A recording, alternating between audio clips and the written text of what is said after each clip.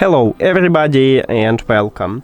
In this video I'm going to show you how to pair your headphones JBL Tune 570 with your PC.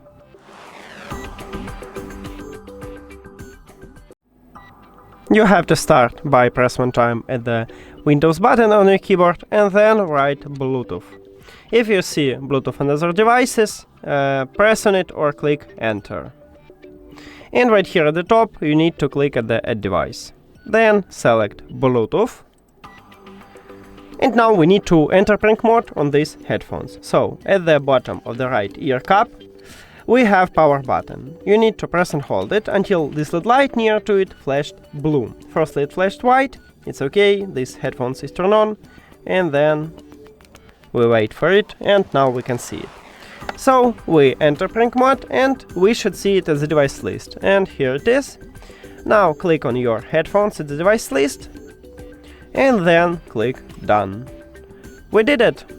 Thank you for watching this video. If you found it helpful, please consider subscribing to the channel and leave the like on the video. See you later!